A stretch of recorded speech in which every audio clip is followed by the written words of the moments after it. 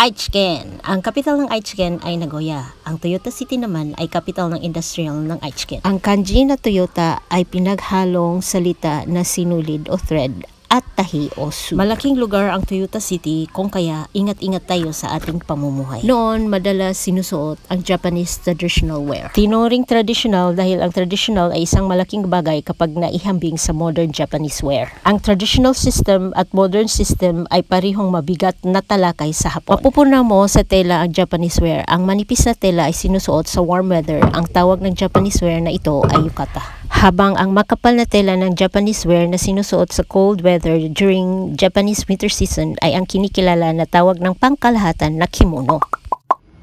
Ang Toyota Oiden Matsuri ay 2 araw na kaganapan at lagi itong inaantabayan kada huling linggo ng Hulyo ng Saturday at Sunday. Ang Saturday ay street dance pero mas kinikilalang Soodori.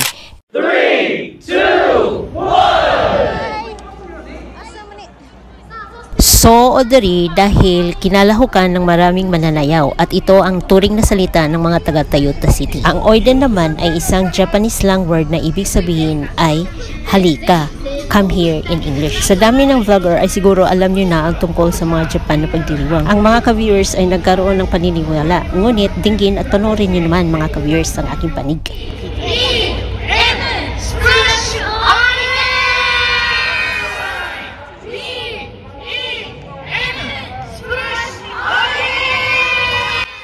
Ang aking ulat. Ika nga, what's yours? Ano naman ang sakin? Pwede naman sigurong idagdag at idugtong ko ngayon ang aking panig. Kakaiba sa aking Japan Summer Vlog dahil ako ang author. Balik tayo sa kanilang pambansang kasuotan. Ang kimono. Mutsuki. Ito ang common type style na panglalaki na sinusuot ng mga Hapon.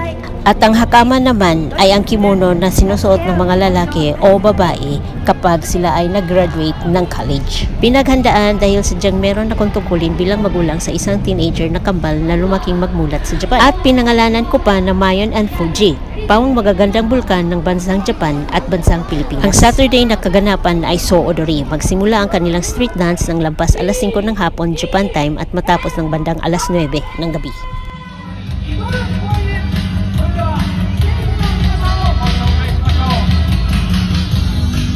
Matsuri ay Japanese word na ibig sabihin ay pista, in English, festival.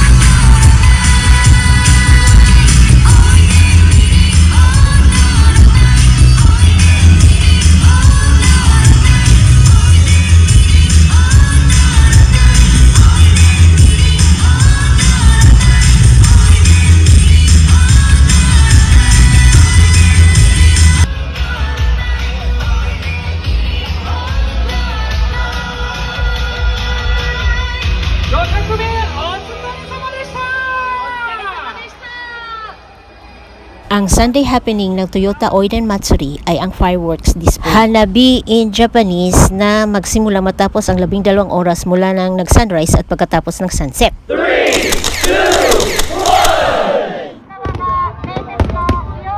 1! Mayroong website ang Toyota Oiden Matsuri, kaya doon ka makabili ng tiket upang mapanood mo ang fireworks display na nakaupo. Sa Soodori kasi, kailangan tayong manood na nakatayo. Ang Soodori o sa atin ay street dance ay nakita niyo na.